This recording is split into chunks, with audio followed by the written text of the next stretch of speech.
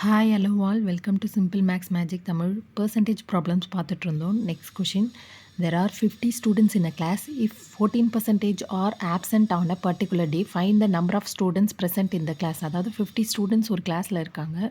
அதில் ஃபர்ஸ்ட் 14% வந்து அன்றைக்கி வந்து ஆப்சண்ட்டாக இருக்காங்க. எவ்வளோ மெம்பர்ஸ் வந்து அந்த கிளாஸில் ப்ரெசென்ட் ஆகிருக்காங்கன்னு கேட்குறாங்க.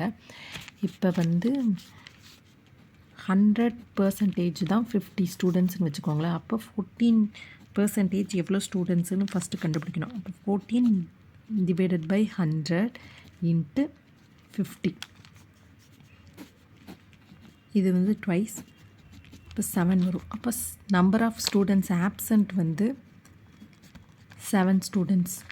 அப்புறம் நம்பர் ஆஃப் ஸ்டூடெண்ட்ஸ் ப்ரெசண்ட் கேட்குறாங்க. அப்போ 50 minus 7 is equal to 43 students தான் அன்றைக்கி ப்ரெசென்ட் ஆகியிருந்தாங்க.